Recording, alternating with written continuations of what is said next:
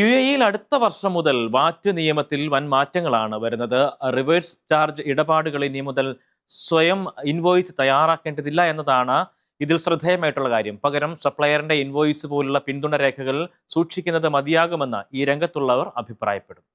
ജനുവരി 1 മുതലാണ് UAE-യിൽ വാറ്റ് നിയമത്തിൽ പരിഷ്കരണങ്ങൾ നടപ്പാക്കുന്നത്. ഈ പരിഷ്കരണങ്ങൾ ചില ചട്ടങ്ങളെ കർശനമാക്കുകയും ചില കാര്യങ്ങൾ ലളിതവൽക്കരിക്കുകയും ചെയ്യുന്നുണ്ട്. റിവേഴ്സ് ചാർജ് ഇടപാടുകളിൽ ഇനി മുതൽ സ്വയം ഇൻവോയ്സ് തയ്യാറാക്കേണ്ടതില്ല എന്നതാണ് ഇതിൽ ഏറ്റവും ശ്രദ്ധേയമായത്. അതേസമയം സ്ഥാപനങ്ങൾ വർഷങ്ങളായി കൈവശം വെച്ചിരിക്കുന്ന പഴയ വാറ്റ് ക്രെഡിറ്റുകളെ പരമാവധി 5 വർഷത്തിനകം ഉപയോഗിക്കണം, അല്ലെങ്കിൽ അവ നഷ്ടമാകും.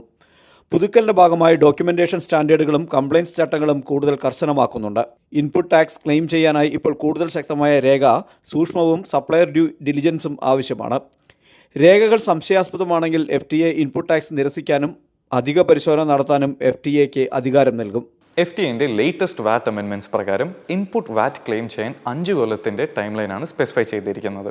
ഈ പറഞ്ഞ 5 കൊല്ലത്തിൻ്റെ ടൈം ലൈനിനുള്ളിൽ വാറ്റ് ഇൻപുട്ട്സിനെ ക്ലെയിം അല്ലെങ്കിൽ യൂട്ടിലൈസ് ചെയ്തിട്ടില്ലെങ്കിൽ അവരെ തീർച്ചയായും നഷ്ടപ്പെടുന്നതാണ്.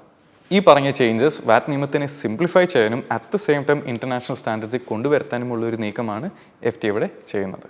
വ്യവസായ സ്ഥാപനങ്ങൾ ഈ ചട്ടങ്ങൾ നിർബന്ധമായും ശ്രദ്ധാപൂർവം പാലിക്കണമെന്ന് ചാർട്ടേഡ് അക്കൗണ്ടന്റ് മുന്നറിയിപ്പ് നൽകുന്നു. NTV, Dubai.